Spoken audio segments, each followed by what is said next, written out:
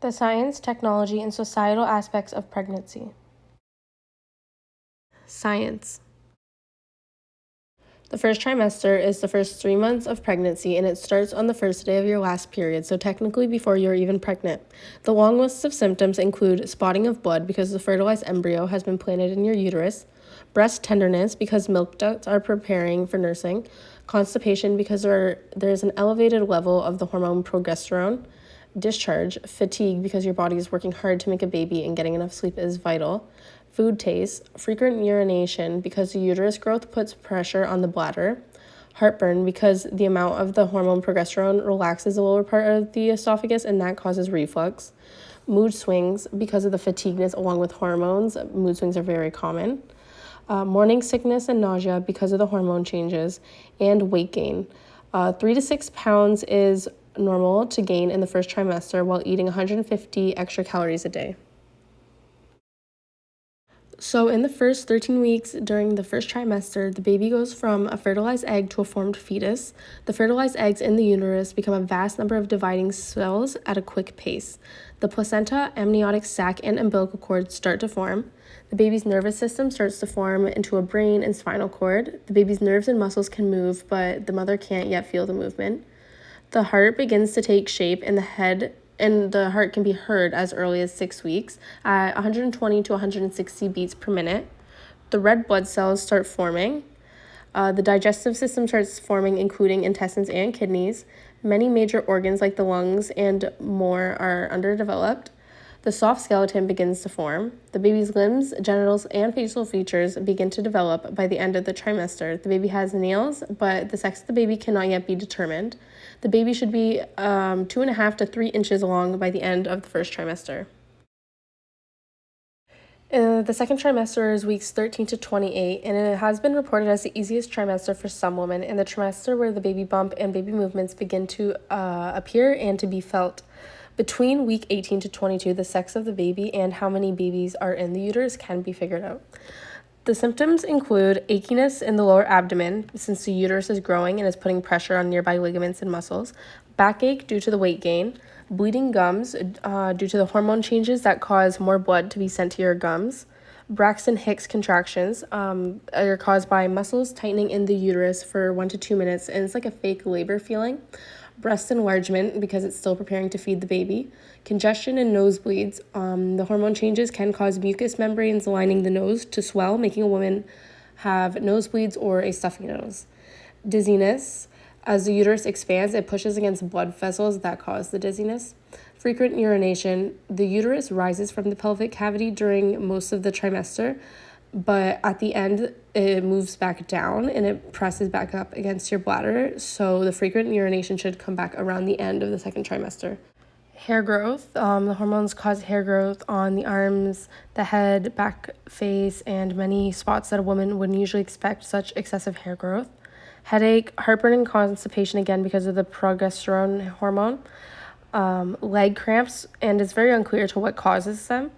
Something called quickening, which is the delicate flutter movements in the stomach around 20 weeks or later, so that's when the baby's moving. Skin changes, flush skin for some women, which gives them that second trimester glow, or hormones can cause increased melanin, causing brown marks on the face or a dark line down the middle of the abdomen, and stretch marks. It's even known when you get brown marks on your face as the pregnancy mask. Spider and varicose veins, extra blood is running through them, all the veins, and since there is pressure on the uterus, it may be itchy and uncomfortable in those varicose spider veins. Discharge and UTI. The expansion of the uterus makes it more difficult to release bladder, so the bacteria can grow, and weight gain. In the second trimester, it's normal to eat 300 to 500 extra calories a day, and food looks much more appetizing, and a woman should be gaining 0.5 to 1 pound a day. So in the second trimester, the baby's brain and major organs grow a lot. The lungs are developing, but they're not ready to breathe on their own. And the heart moves 100 pints of blood a day. The baby can start moving, it can start kicking, turning around, swallowing, sucking, moving, and it can hear the mother's voice. Eyes and ears form into the correct position on the baby's face, and the baby's able to open its eyelids. The baby has a regular sleep pattern. The baby grows eyelashes and eyeshadows. The baby grows fingers and toes. The webs between the fingers and toes separate, and nails and fingers grow, and they get their own fingerprints and toe prints. Hair grows on the head, but also babies grow fine hair all over their body called lanugo. Their body is covered in a white, creamy protective coating called the caseoa, which eventually absorbs into their skin. The placenta is an organ that gives the baby nutrients and oxygen. It removes waste fully and is finished developing in the second trimester. The fetus also gains fat. The third trimester is reported as being the most challenging trimester. In month 6 to 9, the symptoms include abdominal achiness, backache, bleeding. Any bleeding should be reported to a doctor because it could be regular labor preparation bleeding, or it could be serious problems regarding the placenta. Braxton Hicks contractions, breast enlargement and leaking. They grow as much as 2 pounds and leak a yellowish liquid called colostrum, and that liquid will nourish the baby for the first few days after labor. Vivid dreams caused by hormone levels. Cleanliness caused by weight gain, and the stomach being so big makes balancing more difficult. Discharge. Extra discharge or blood-tinged discharge during the third trimester is a mucus plug, and that's a sign that the cervix has begun dilating in preparation for labor. And fun fact, only 8% of women feel their water break. Fatigue due to frequent night urination and extra weight. Frequent urination. When you cough, sneeze, or laugh, it's normal that a woman may urinate a bit because the fetus's head is pushing down on the bladder. Heartburn and constipation caused by the hormone progesterone. Sciatica, due to hormone changes or because the baby would be pressing on the sciatica nerve. It's a sharp pain that shoots from the lower back to the buttocks to the legs. Shortness of breath, because the uterus expands and rises up against the rib cage, leaving less room for the lungs to expand. Varicose spider veins and hemorrhoids caused by extra blood and pressure. Stretch marks, swelling of the ankles and face caused by edema, which is fluid retention, and weight gain. So at this point, mother should be gaining 0.5 to 1 pound a week, a total of 25 to 30 pounds by the end of the pregnancy. The weight makes up the baby's weight, the placenta, the amniotic fluid, increased blood fluid volume, and breast tissue. Lightning is when the fetus moves into the pelvic area at around 36 weeks. The fetus should turn its head down in preparation for delivery. The fetus stays in the down-facing position for the last 2 weeks of pregnancy. The bones at the top of the fetus's skull are soft for delivery, hence baby's known soft spot. The fetus is able to cry, open its eyes, see and hear, suck on its thumb, and smile. The fetus's brain continues to develop. The lungs and the kidneys mature. Most fetuses have blue eyes at that stage, and they'll stay that way until a few days or weeks after they are born. The fingernails and toenails have grown towards the edge of the fingers or toes. If it's a boy, the fetus's testicles have descended into the scrotum. The vernix caseosa, the creamy covering that we talked about in the second trimester, and the fine body hair is almost gone by week 40. The fetus should be 19 to 21 inches long by the end of the third trimester and weighing about 6 to 9 pounds. The fetus's muscles tone, and the fetus should be about 16% body fat.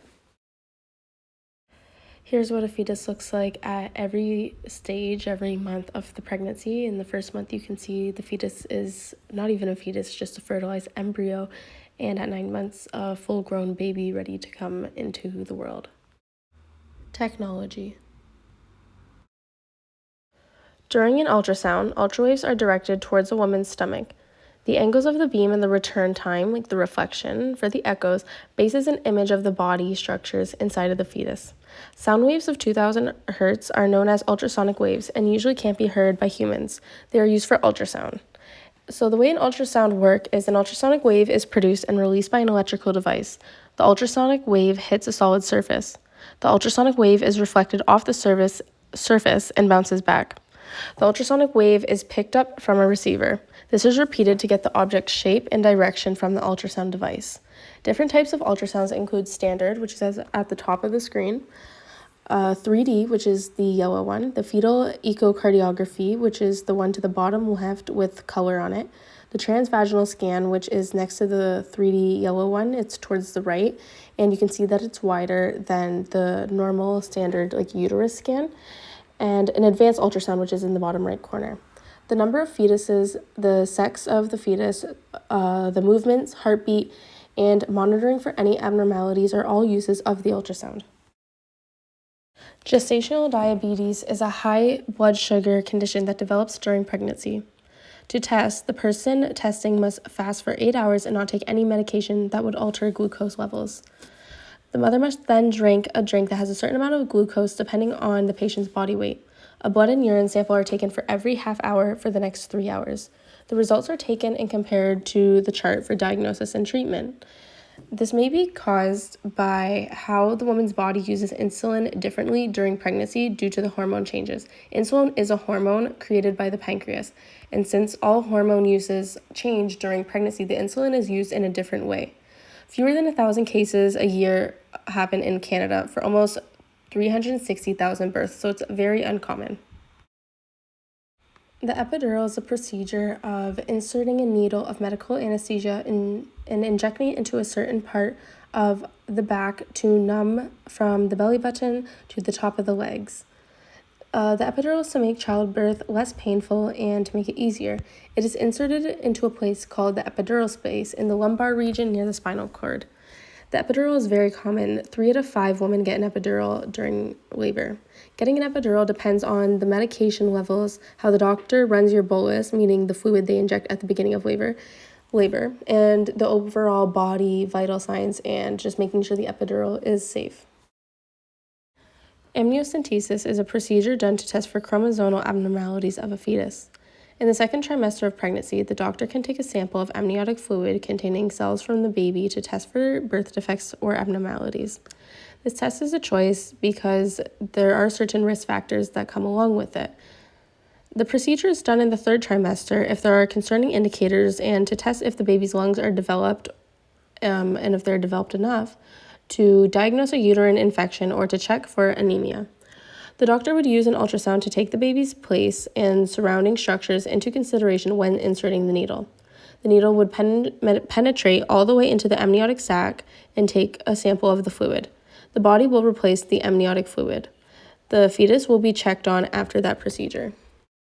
The whole procedure only takes about 10 to 15 minutes. A cesarean section, aka C-section, is performed when the baby is not in a favorable position for labor, which would be called dystocia, when the baby is in distress, or when the placenta covers the opening of the cervix, called placenta previa. A C-section might also be needed when birthing more than one baby, if the mother has genital herpes or other infections, large tumors of the uterus, and uncontrollable diabetes or hypertension.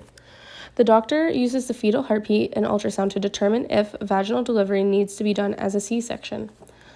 The doctor will decide to either do a vertical incision from below the navel to the top of the pubic bone or a horizontal cut above and across the pubic bone, which is used more often. The doctor will cut into the uterus and deliver the baby. The delivery process takes 2 to 5 minutes. Today in the U.S., 31.8% of births are done by C-section. Society. This chart here shows fertility rate among females aged 15 to 19 years in Canada from 2014 to 2020. Society frowns upon teen mothers, making it harder for them to succeed. Difficulties supporting themselves, finding public schools, and being able to go to school while parenting all cause a lot of stress for a young mother. Premarital sex and religious groups, family, being disowned by family or the father, and left without help are all common factors of a teen pregnancy. The causes include a hard upbringing, a difficult childhood, low social class, etc. Leaving the workforce. Before in Canada, you would receive up to $595 a week depending on your income for 35 weeks. What started January 1st, 2022 is you receive up to 55% of your income at a maximum of $638 a week for a maximum salary of someone with $60,300. After 35 weeks, if you choose to extend the maternity leave, you would receive 33% of your income up to $383 for a maximum of 69 weeks in total of leave. In the US, you are allowed a maximum of 12 weeks off unpaid by the government. Some employers offer some type of maternity bonus or compensation, but most women return after 8 to 10 weeks. Unfortunately, 25% of women in America have to return just 2 weeks after giving labor in order to provide for their family. The maternity leave compensation varies by state, and the only states with laws in place for compensation is California, Rhode Island, and New Jersey. Pregnant women may notice that they get special treatment, as in close parking spots in public parking lots, people giving up their seats on buses, airplanes, or trains. Some restaurants even have policies that pregnant women get seated first if there is a wait time. It's even been argued that pregnancy should be ruled a disability under the Americans with Disabilities Act. Random people asking when you're due, trying to touch your stomach, and random stares are all common things that pregnant women experience. Postpartum depression can occur up to a year after pregnancy, but most commonly occurs 3 months to 6 months after pregnancy. It's common because 1 in 8 women experience postpartum depression. The cause exactly is unknown, but many factors play a part. Hormonal changes, physical body changes and image issues, a change in relationship at work or with friends, lifestyle changes and less time to yourself, anxiety and worries about motherhood, also lack of sleep, which are all caused by pregnancy. Postpartum depression can be more common for women who are under 20, women who use illegal or harmful substances, had unplanned or had mixed feelings about the pregnancy, had depression, bipolar, or anxiety prior to becoming pregnant, or had postpartum depression with another pregnancy, had a stressful pregnancy or stressful delivery, personal illness, death or illness of a loved one, premature delivery, emergency delivery, difficult illness or birth defect in the baby, hereditary depression or anxiety, poor relationships with significant other, have problems about money or housing, or have little support. Postpartum symptoms include crying for no reason, feelings of stress, being overwhelmed, sadness, emptiness, hopelessness, worrying, feeling anxious, moody, being irritable, restless, oversleeping or unable to get enough sleep, unable to concentrate, make decisions, or remember details, being angry or full of rage, losing interest in usual enjoyable activities, headaches, stomach problems, muscle pain, over or under eating, avoiding family and friends, can't bond emotionally or have an emotional attachment with the baby, doubting your own mothering abilities, self-harm, harm to the baby, or suicidal thoughts. A doctor can diagnose an underlying illness or underactive thyroid, which could be seen by a specialist, which could be causing postpartum. A doctor may send you to a mental health specialist or a support group with moms that also have suffered with postpartum, which have been proven to be very helpful. There's also medicine, therapy, hypnosis, and many things that mothers are coming out with every day to help deal with postpartum.